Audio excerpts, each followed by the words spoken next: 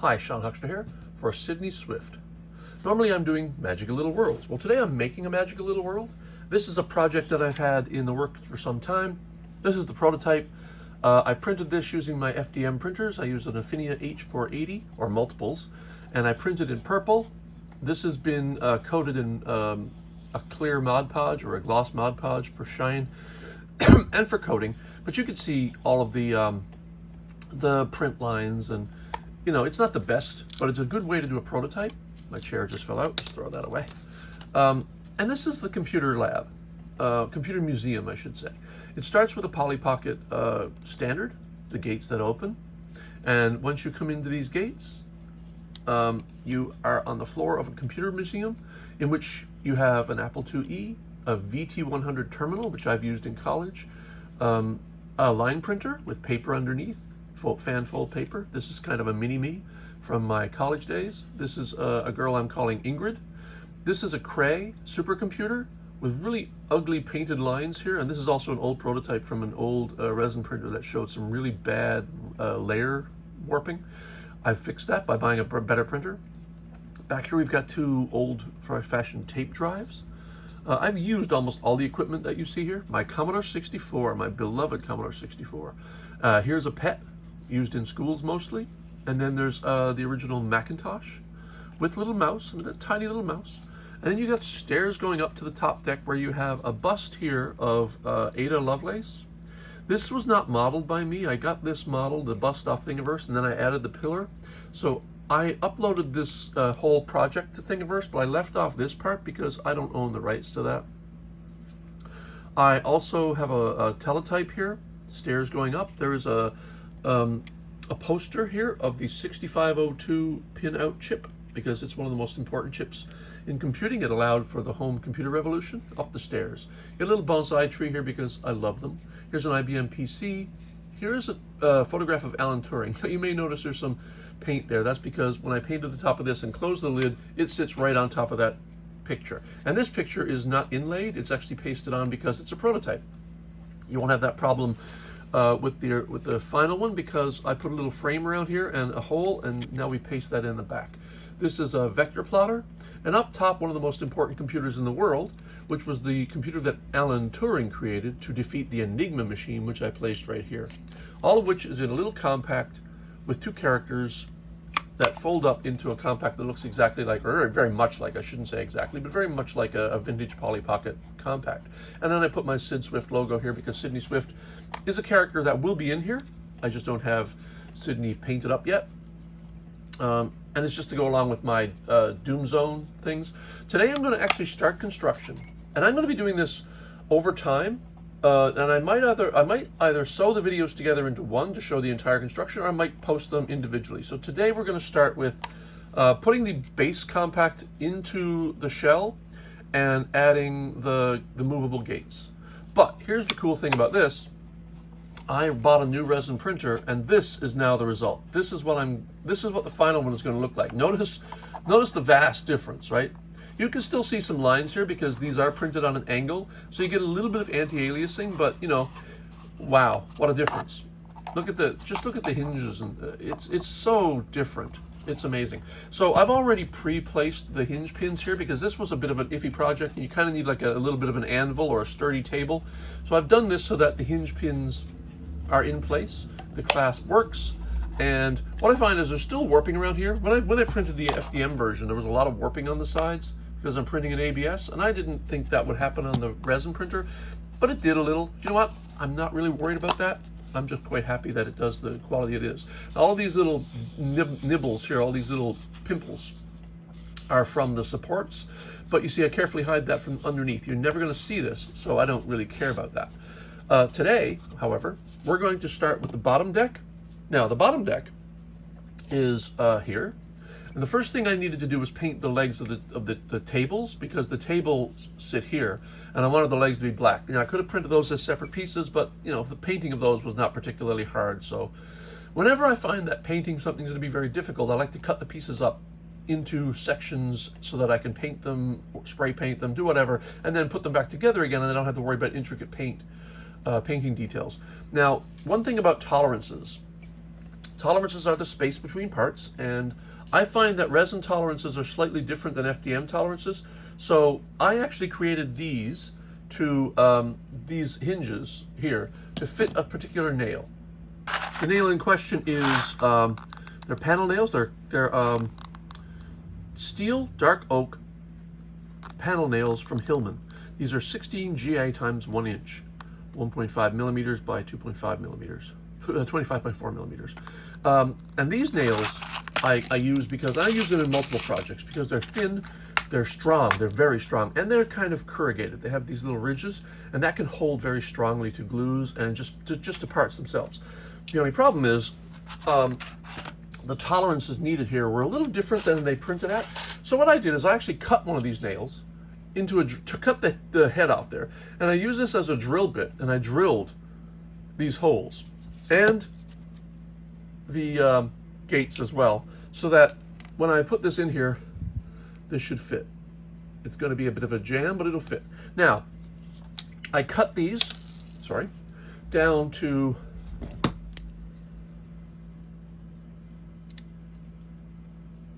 almost exactly, 14.8 millimeters, so just under 1.5 centimeters. That will clear the floor where I have a little divot in there for the head to fit, and there should be enough room to come up here and then grip the gates and not have any issue. So that's what we're going to try today. Now, I've done this before, and sometimes it works and sometimes it doesn't, so I'm going to put the nails here. And I've tried a gel crazy glue or a super glue, and I don't like it because it leaves a haze on the parts. It looks great for the moment, but if you leave it overnight and you come back later, there's a haze on the parts. So for this project, for this particular part, I'm going to use a binary epoxy.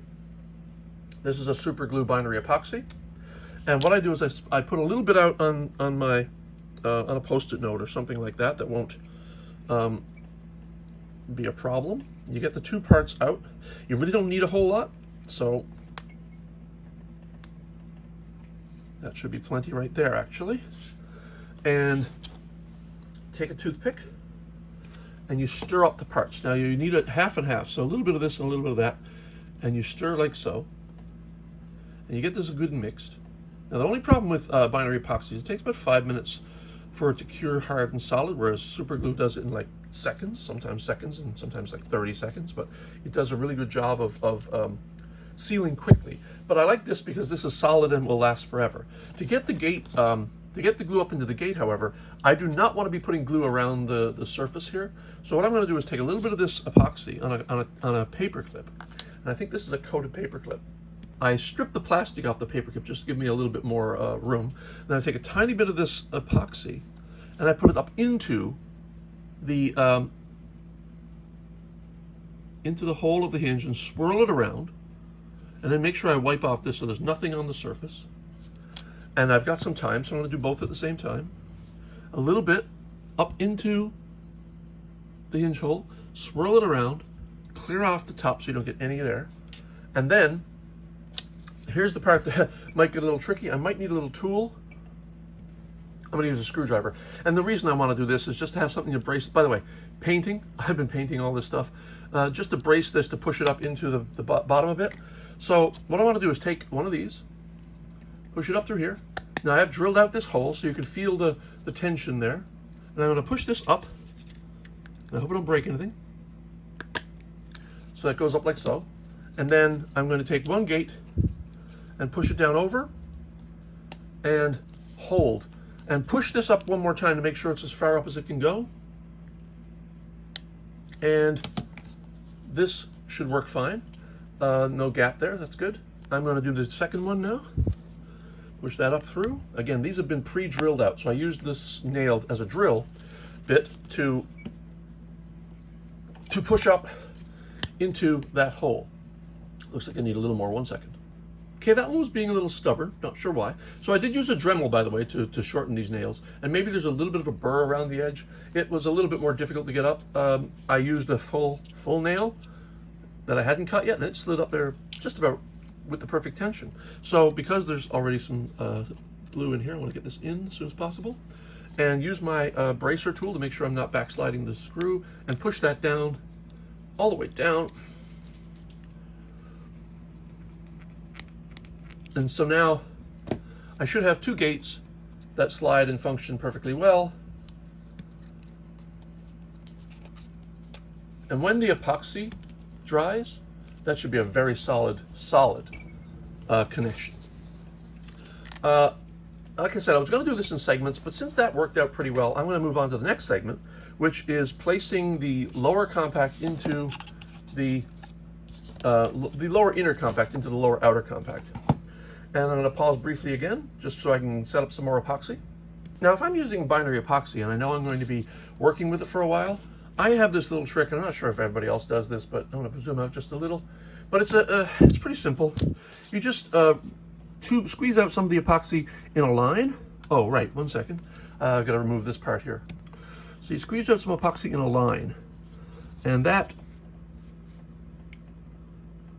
this one is not cooperating. This one here is a little stuck. There we go. So I do it in a line like so that I can stir as I go. So the first thing I want to do is stir near the top. I can just start from down here. So stir this together, and this way, this and this doesn't cure. It waits. Like those on their own will never harden. Once you mix them together, they will harden. So I don't want to use it too much. So I do a little bit as I go. And what I want to do is put this down here, and I want to make sure it stays. I would use super glue, but I really want this to be permanent, so I'm just going to put a little bit around here, and not too much either. There doesn't need to be a whole lot. You want something in the center to hold it down just in case, and you want something around the edges. You don't really need a ton of it, by the way. Because first of all, the tolerances that I created when I put the two compact pieces together are pretty tight, to the point where when I test fitted it, I had a hard time getting it back out again.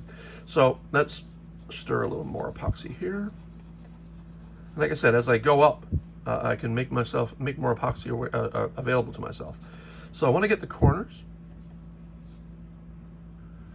and that'll hold pretty solid in place. Two side corners, I should get those two. This is a hexagon, so I've already done those.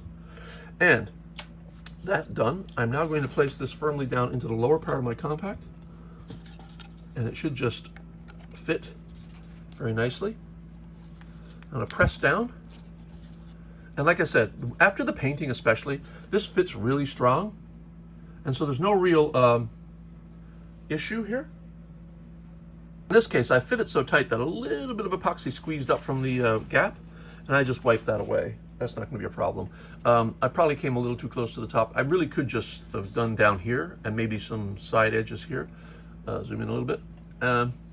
And that is the lower part of the compact. Now, I'm going to grab some clamps and clamp it in place.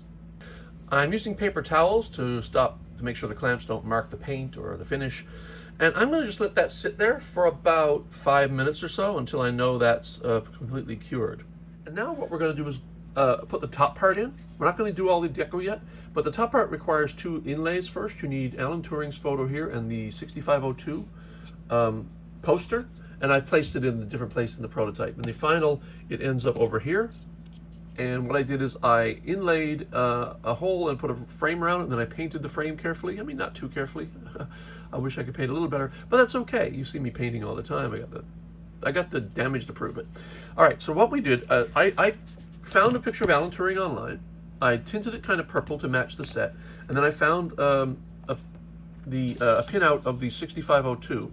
And what I'm going to do is I printed them in various sizes because I didn't know exactly. I sent this out to a 1-hour print lab to get really high resolution. Let me just show you what I'm talking about here. Like really good quality print. So my home printer could never match this. So I printed in a bunch of sizes so I could figure out which one is best. So that actually works, but it's a little too small. We go up one. Not too bad, probably a little too small still. What I want is enough room around the edge that you don't see any white. So I'm going to take this row, which is the third row up, middle row, and I'm going to cut out a picture of Alan Turing and give a little bit of room around just to make sure. I probably should have left a little more tolerance so that I could use other photos, but it's okay. You really only need one per compact, and I got a lot of them here. So let's cut like so. And how I'm going to do this is I'm going to just simply use masking tape. I'm going to push the prototype aside now. I'm going to use simple, straight up masking tape. I'm going to use a little strip of it once I find the edge. and I'm going to pull apart a little bit. Doesn't have to be a lot. And what I'm going to do is I'm going to overturn the picture of Alan Turing, put the masking tape in place, and then I'm going to take the top of the compact, put Alan Turing in place, and then just kind of move them around until I get the fit that I want. Make sure there's no white edge and that there's enough top room, and that right there. And I'm just going to hold down, I'm going to push down the masking tape, and that'll hold. There's no need to worry about that. Now the next one is, I'm pretty sure if that's the row, then the 6502 upside down chip should also fit in the poster frame that I've set up for it from the same scale, and it does. So I'm going to cut that out, just a little bit around the edges, like so, and so. Get another little bit of masking tape, just a bit, really just doesn't need a lot. Do the same procedure where you put the masking tape on the back like so, and make sure that the 6502 is upright because it's really hard to see. There we go, 6502, and we place that temporarily like so, and then we slide it around until we get a placement that we like. That's not bad. And we hold the tape in place, and that's done. Now, those are in place. We're going to put this into the top, and just like I did with the bottom, I'm going to zoom out a little. I'm going to use some epoxy cement, and just put that in there. So what I do for epoxy is I take a little piece of Post-it note, especially I work in small amounts. I take a binary epoxy, and I run a line of binary epoxy.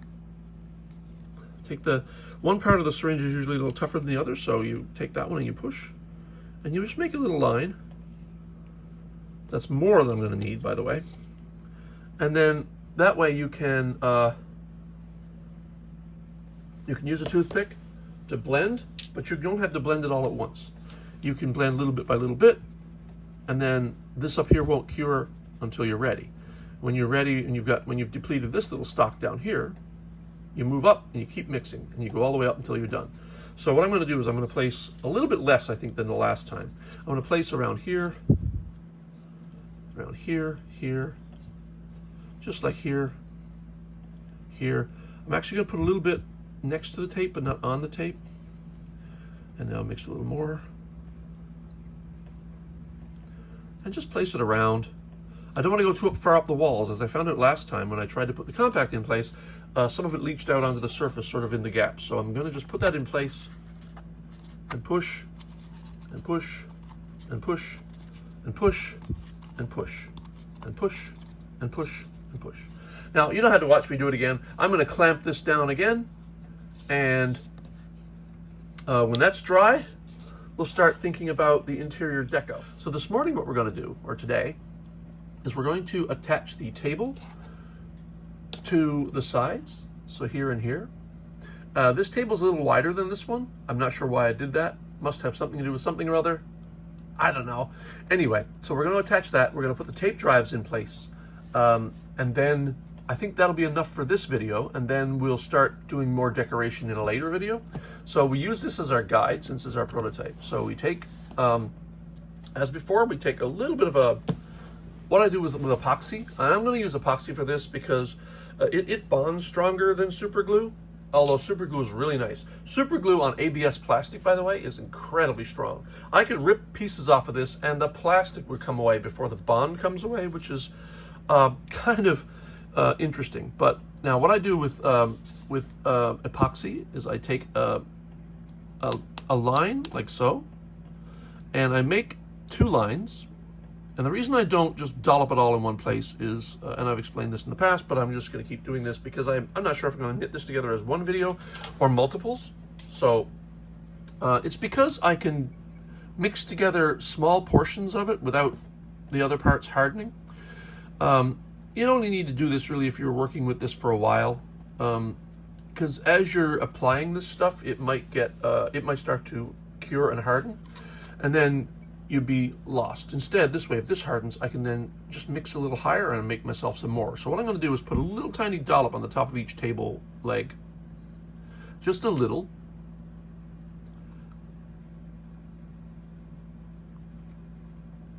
A little bit more. Just horizontally on the leg like so. And the reason I'm doing that is the legs, the tables have divots. Let me just zoom in here so you can see. There we go. Has slots for the leg tops. So I'm going to pop this into place, put it right here until the slots fall into place, and they do nicely because they fit. The fit is really nice on this. And I'm just going to let it sit there.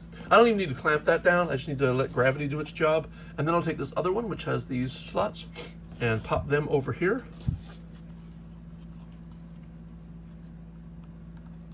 And because the slots are nice, they just slot right into place, and there's no having to wiggle them around or move them or anything like that. They will just sit in place now. And because there's no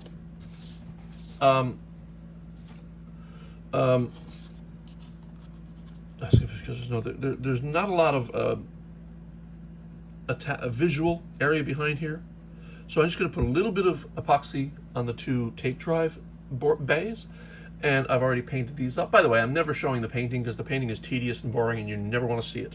I'm not sure I want to see it, but these slot nicely into place like so. And I'm going to talk a bit now about the Cray, even though I'm not sure I'm going to install it now, but I'm going to pre-install it to show you a bit more about the Cray. Now you'll notice that in this Cray, I have, in the prototype of the Cray, it doesn't look that great. And you can see wiggle lines here because my old resin printer did not have a good solid vertical, and you can see, like, but also look at that paint. It's awful.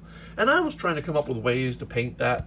I was going to use a little roller. I was using, like, painting some down on paper and then, like, rolling it across the paper. It wasn't working. And then I had the, one second. As you can see, been down that road a few times. Look at this. Look at the vertical distortion. All these things are printed on an angle, which for resin is better in general. But just look at the lines and stuff that my old resin printer did, because the vertical axis was absolutely unstable. And also look at the paint. The paint's atrocious. And I did a number of these, and I tried different methods, and every method just turned out. This one wasn't too bad. But even then, look at that. It's not what I wanted. And this one actually was pretty good, but again, it's messy. And then I had the ingenious idea, you know what, I have a Cricut. Cricut is for cutting vinyl.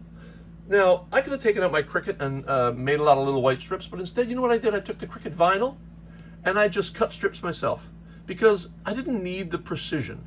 I basically made strips that were less than 1 millimeter wide, and I just attached them to those upper verticals.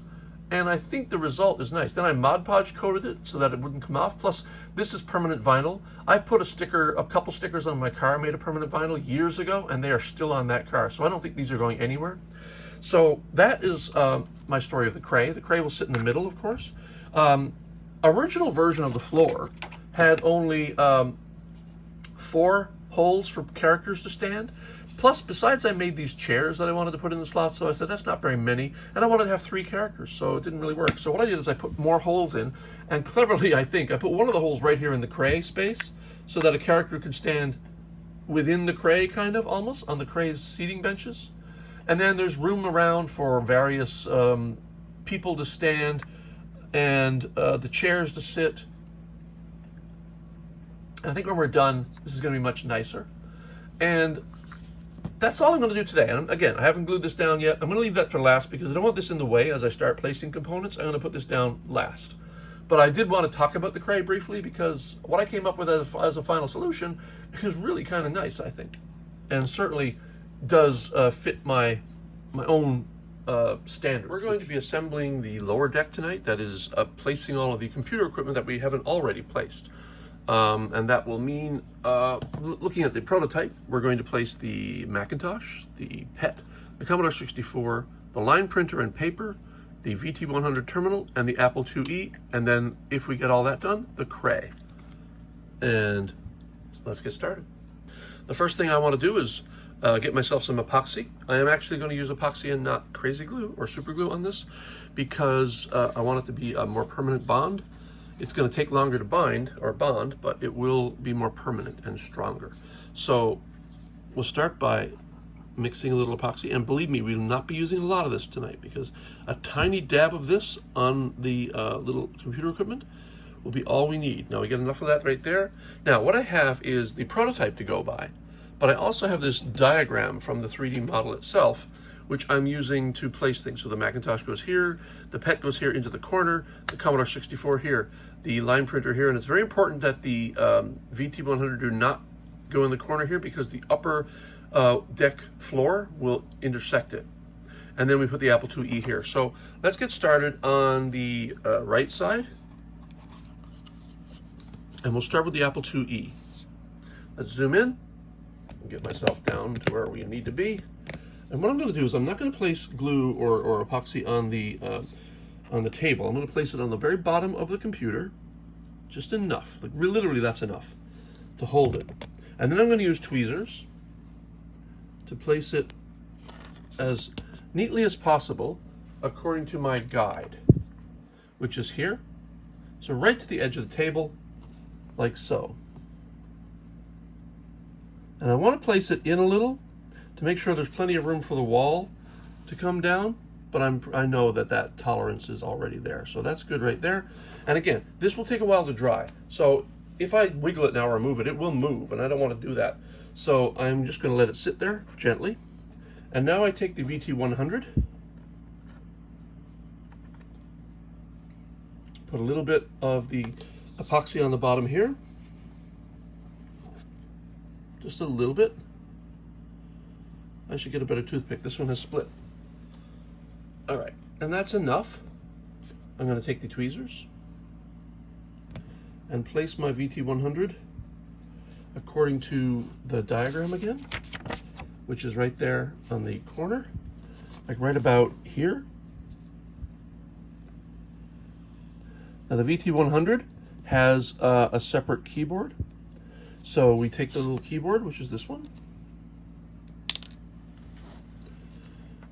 put a small amount of epoxy on the keyboard. These are really tiny, by the way, as you can tell. All right, a little bit of epoxy here, just the tiniest dab on the keyboard, and we place the keyboard in front of the VT100, close to the front of the table, and then we can move it a little just to center it in front of the VT100 terminal, and that should hold just about right there. Now we're going to place the line printer, which is going here. That is this one. It's got a wider bottom surface area, so we take a little more epoxy than we did for the others. Just a little.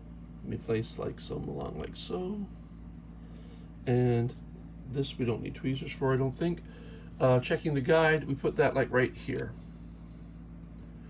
And what we want to do is make sure that the paper isn't too far over the foot of the table, because we want the paper underneath to sit next to the foot of the table but not be misaligned. I want the paper to be directly under the paper in the printer, so it looks like it's feeding directly up into the printer properly. And I'm going to do that now by taking the paper, putting a tiny bit of epoxy there, and using my tweezers, I'm going to place that. Now the best way to do this with tweezers is to bend them apart a little and then go in from the front, I think. What I want is the paper to go under right about there, where it looks like it's fan folding up into the printer, so that they're aligned with the printer's paper, like so. Is that aligned? It's a little off, so I'm going to move it a little to the left, which is why I didn't want the printer to be too, you know what, I can move that right there. I didn't want the printer to be too far towards the leg of the table, because I want that paper to be aligned vertically, and there it is. And that's the right side.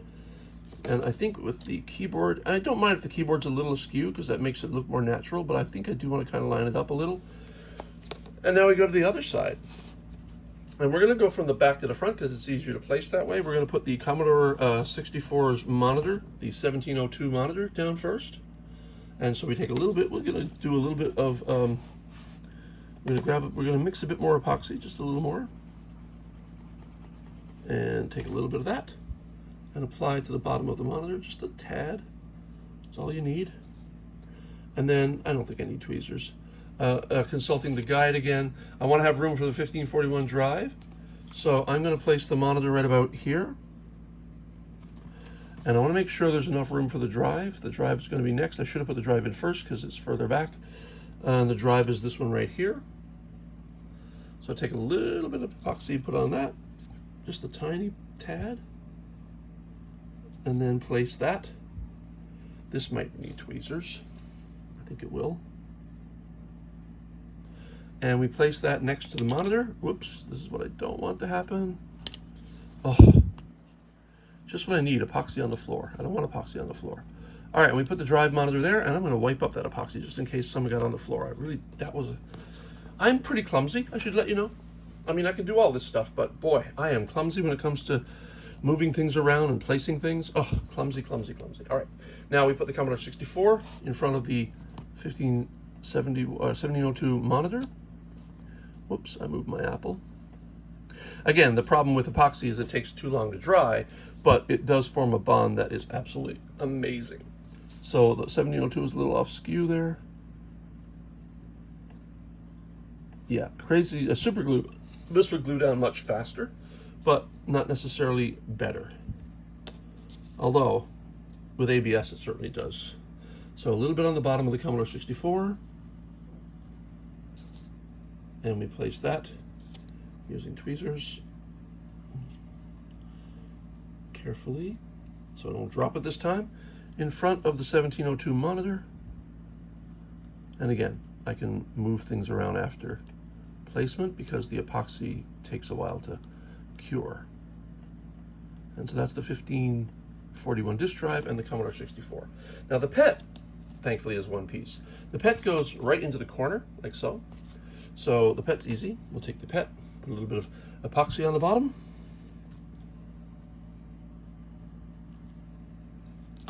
And we can place this with our fingers because there's no delicate operation here. And there I go, dropping it again. And I place it right in here. And of course now I've moved the line printer again because epoxy takes a while to dry. And I am clumsy. So that is pretty good, I think, with the PET there. I think I can move it back a bit. As long as I don't have glue showing underneath, that should be fine right there. And then the last piece of equipment on the bottom is the Macintosh, which comes in 3 parts. Okay, in doing a search of my parts, I cannot find the Macintosh keyboard. I know it's around somewhere. So I will apply that later, but I will get the rest of it done now and then place the Cray. And when I do the next video, I will have found that keyboard and placed it. I know it's in my parts box, I just can't seem to find it. All right, so we will take the Macintosh and put a little bit of epoxy. We're gonna have to mix some more epoxy now, just because I've taken a bit too long looking for that keyboard. Keyboards, the thing is, these pieces are very tiny, and I actually print 2 of the keyboard because the STL file converter that I use, the keyboard is so small that there's a bug in the STL converter that makes it very, very large. And to prevent that bug, you can put 2 copies of the keyboard and print that as an STL file. And then that's a little bit too far. Pull it a little bit closer to the front there. There you go. When I print 2 in the STL file, they actually come out to the correct scale. That is a bug in the STL converter. I can't really do much about that. Now, what I did here is, these are mice, really tiny, man. I mean, we're talking so freaking tiny. So I didn't take them off the supports right now because I didn't want to lose them. Ironically, I did take the keyboard off the supports and lost it. So we're gonna put a little bit of glue on the bottom of the mouse, just a tiny tad. And now this is going to be difficult to place. I'm not quite sure the best way. I think I'm going to actually use a toothpick with using the glue itself to hold it, if that'll work.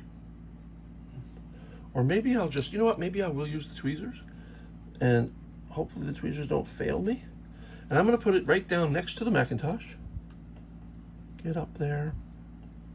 On a bit of an angle, because you know mice aren't, you want your mouse to be on a bit of an angle. And that's perfect. Now, once I get the keyboard in place here, There's a little tiny paint stain there, and that's because my airbrush kind of failed me. And rather than redo all this, I just thought it'd be a stain on the table. Plus, this is version 1. I'll be doing another version later. One of the things that I learned in doing this part is I really want to do a tab and slot design where each piece has a little tab underneath and then the table has a slot, so that I don't have to be doing guesswork when I'm laying down the pieces anymore. They will fit directly into slots. Now what I want to do is close the compartment, make sure it closes. Something's not closing. So now this is a part of the difficulty of doing this, is that you've got to make sure you are giving yourself enough space for the upper floors to come down in between your components. And what I did there in this case is I had the VT100 a little too far towards the apple, so I've moved it back a bit. I'm going to move the keyboard as well. This is why I want to do the tab and slot design, because when I do that, there won't be any guesswork. People won't have to worry about placement, guessing their placement. It'll just place. I'm also finding that this epoxy is not holding as well as I wanted it to. But I think it'll all be fine when I'm done. Let's put the Mac back on there. And yeah, so until I do the tab slot design, I do have to kind of close the compact and make sure it does close. And there, I've moved the VT100 again. And I believe it's fine now. It should be. Let me just check. See that wall right there? As it comes down, this one, oh, yeah. I am making a bit of a mess of this, and it's a pain in the butt. So the wall's got to come down between the apple and the VT100, and I think now it'll do it. Yeah, now it'll do it. But I've got to move the VT100 and maybe apply a little more epoxy so that it won't move around so much. So the next version of this I do will have tabs and slots on the table, so I don't have to do guesswork. And now I've got to reapply my epoxy, because yeah, this is becoming a bit more of a problem than I thought it would be.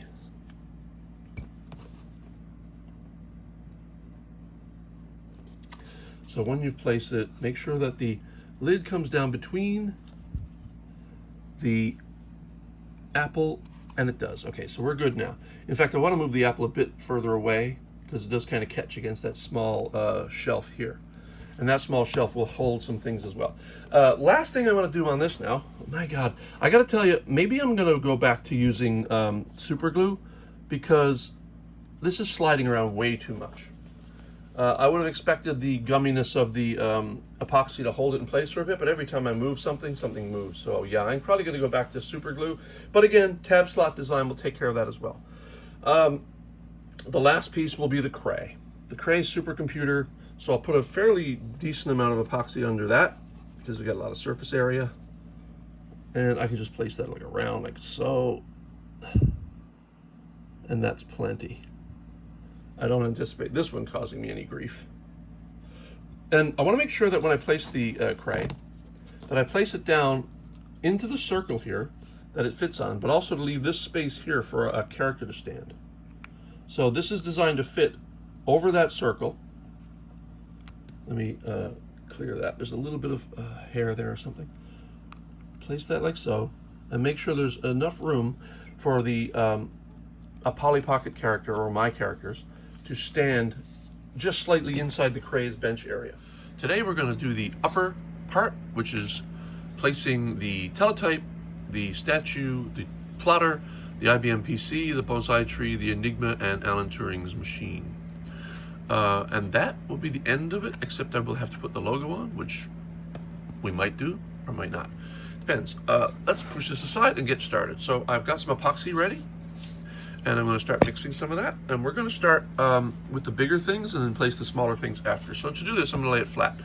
And that's because, painting again, that's because I don't want things to slide around too much.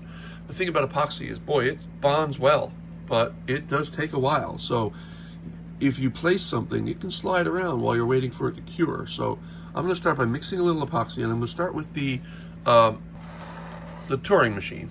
So let me just pause for a second to get my parts here, because last time I tried to do this, I was missing the Mac keyboard, which, by the way, is back. And so I'm going to actually lay out my parts now, and then we'll continue. And there's all my parts laid out. So we're going to start, like I said, by putting a little bit of epoxy on the back of the Turing machine, or the Allen Turing machine. This is curved to fit the top of the compact. So this should just slot right in place, just like so. And there's a slight curve to the top, so when you slide this over and it just sort of fits the wall, then you know you've got the thing in the right place. And that's just going to cure. Next one, I'm going to place the plotter, because it's the second largest. Easy to put on. I'm going to put a little bit of epoxy along the back of the plotter, and maybe just a little down the legs if I can. Just a little at the very bottom of the leg, just to give it something to hold on to, the leg itself. And then it also has a curve to the design to fit the inner wall, and that goes up here. I'm going to place this with tweezers because I don't want the epoxy to hit the wrong place and then start sliding around, causing a smear. So I'm going to try to place this like so.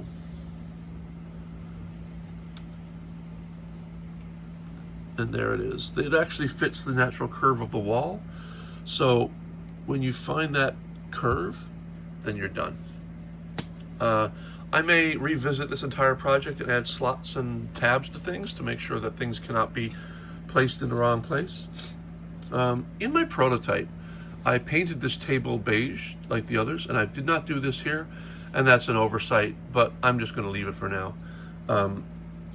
And just place, this is like the first prototype anyway, so I'm just going to place my PC there and not worry about the painting of the table. As I've been known to do, I've changed my mind. I did go back and paint it because I did want the tables to all kind of have that beige look. All right, we're going to move on. We're going to take the teletype next. So the teletype is, there was one of these in the computer lab when I was going to college. I don't think I ever got to use it. I'm not even sure I ever saw it turned on, but it was there. Definitely an important part of computing history, so I included it. Get a little more epoxy going here, and just attach some to the back. That's plenty. And we will place this very much dead center. So as I said, later I'm going to add tabs and slots to make this easier. I want it just to the right of the poster, and I made sure that the entire area that the teletype's bulk falls into, which is above the two tape drives, is clear, so it can be placed just about anywhere. Again, best use tweezers, otherwise you can slip and slide and smear the wall, which I don't want to do. So I'm going to place it right here. And that's the teletype. Notice the teletype does not have painted feet like the plotter does. That's because that's pretty much the way that the teletype that I used to be around looked. It didn't have painted feet, it was beige. Now the next thing is going to be the IBM PC, which I will place in three pieces. So the IBM PC, I obviously don't have the whole box because I'm up against a wall. So I just have the face of the standard first issue IBM PC. And I'm going to put a little bit of epoxy on that. Its position also isn't overly important because that table doesn't encroach onto any of the lower parts as far as I can manage. So you put a little bit of epoxy on the IBM PC, and again using tweezers. I'm trying to get a good grip on it here and not lose it. Tweezers like so, place it just about here. Yep, that's good. And then we take the monitor, which is a separate piece. I could have done that as a single piece, but I didn't. I wanted the monitor to be able to hover a bit above the box, but then again, not much to hold it there. So again, we can use tweezers. See, I painted the monitor. Details on this were fun to paint, I have to say. And of course, there you go. I find when using tweezers, it's a bit of a trade-off because a small part can go flying very easily, whereas placing with your fingers still, I think, is more clumsy. So we'll place the monitor directly above the PC, like so, probably like that. like I said, that could have been easily modeled as a single piece. And then the last thing is the keyboard, which is pretty much the standard IBM keyboard. I even included these little tabs. These little tabs in the end, you push in and turn, and little legs show up underneath in the real one. And the coloration is basically the same. You'll notice I did not model every key on these keyboards because, let's face it, the thing is tiny. And I wasn't going to be printing these things in resin originally anyway, so I knew I couldn't achieve that detail. But also, I am trying to emulate Polly Pocket here, and if you look at the details of the items, like deco on their original vintage Polly Pockets, there's very little detail. Often they're just single painted objects. I'm just trying to get the tweezers. Again, dropped it, 1 second. Like I said, using tweezers is a trade-off because it is very hard sometimes to get the item into a pair of metal tweezers, which begs the question, why am I bothering? Why don't I just place it with my fingers? Oh, God, Lord. See, now I've got epoxy on Allen. By the way, these videos, warts and all, this is my process. I'm going to show you exactly how I do it. So I'm going to take the tweezers in a different way. I'm going to try this way because I'm not placing it on a flat wall. Oh, and look, there goes my teletype. The perils of using epoxy. Once that bonds, however, boy, that'll be strong. So I am going to place the keyboard using tweezers flat this time. And I'm just going to place it right in front of the IBM. Push down a little, get that glue, that epoxy in place. Okay. A little more frustrating than I wanted it to be. But anyway, the bonsai tree goes right next to the PC. It's very thin because there's no tolerance. When this comes down, it can hit objects down there. And yet I still wanted it in place, even though it's a vanity thing. I like this one. It's nothing to do with any computer museums. It's just that I happen to like them. So I'm going to place a little epoxy on the back of the flat surfaces of the tree. And we're going to place that as well. And I hope tweezers work here. You know what? I'm not sure they will. So we're going to place it right over in the corner like so. Yeah. Tweezers, like I say, they're a hit and miss. And now I've just placed my hand in my epoxy down on the table. Okay, so that fits right there in the corner, again against the natural curve of the wall. And we're just going to let that sit. And the last two interior pieces are both on columns, on pillars. So I'm going to lift the compact up straight here. I'm going to place the Enigma machine first, just by grabbing another little bit of epoxy and placing it on the bottom flat. This one I'll place with my fingers, I believe, because, well, no, I'm going to need tweezers. This should be a little easier, at least. The tweezers should be able to hold this. And I want this to be really close to the machine and in the corner, as far in as it will go, to make sure it's not protruding out and interfering with anything that might be below that would prevent its closing. So I want it in there against the wall like so. And the last piece is not included in my Thingiverse version of this because I don't own the rights to this. I downloaded the bust of Ada Lovelace, which is quite nice. And I added the pillar myself. So that's like an adaptation, which is allowed in Thingiverse, but I still don't want to claim, I didn't want to put this up until I get permission of the actual creator of this piece.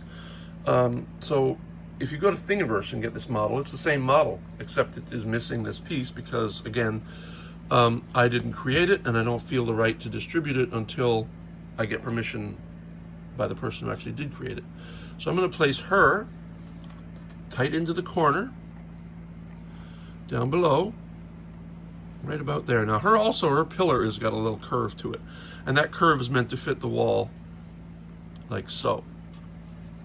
And now I'm going to just leave this upright at a little bit of an angle to hopefully ensure that the pieces don't slide around. If I lay it flat, the columns might tilt back. I'm not going to let that happen.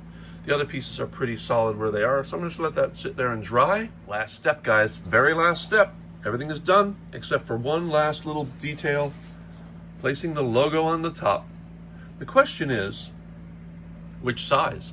So in this one, I've got the smaller one, which is about this size, And I also could use this one. So let's see which one we think looks better. That or that. I'm thinking this one. Okay, we're going to use the slightly larger logo.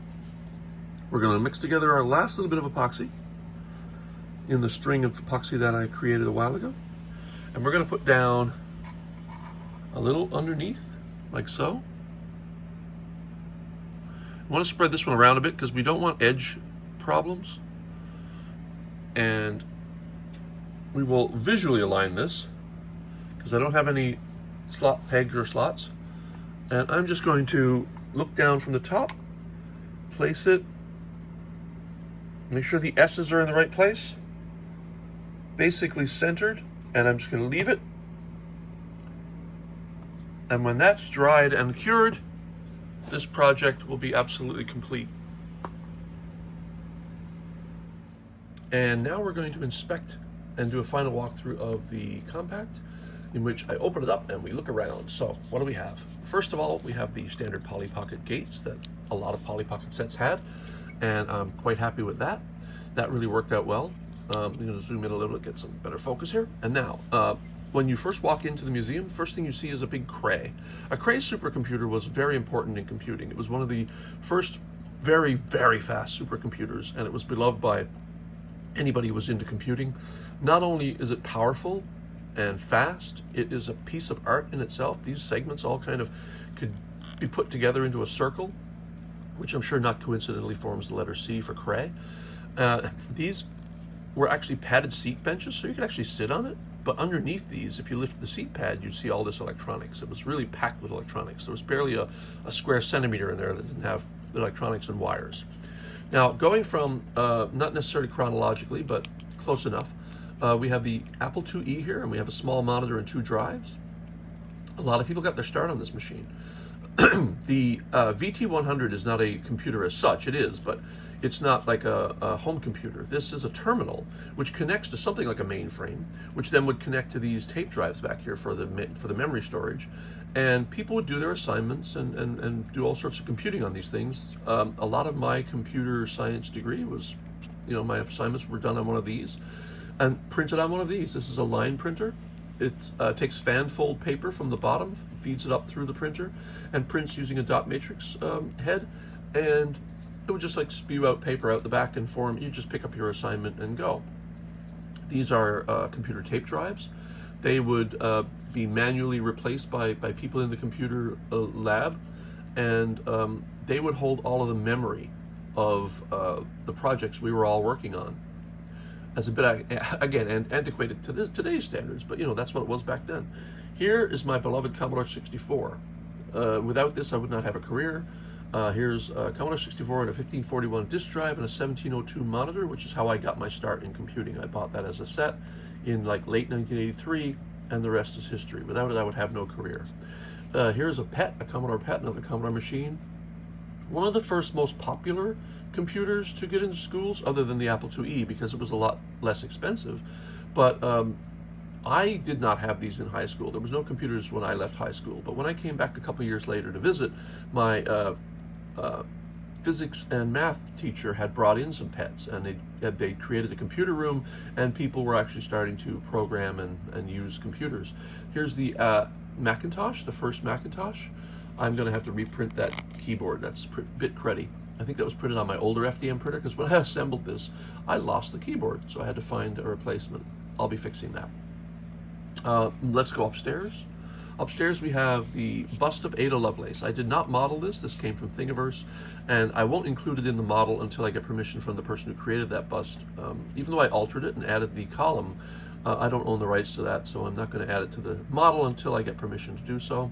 Here we have a poster print of the 6502 CPU, which is a vital CPU, in that it allowed for the home computing revolution.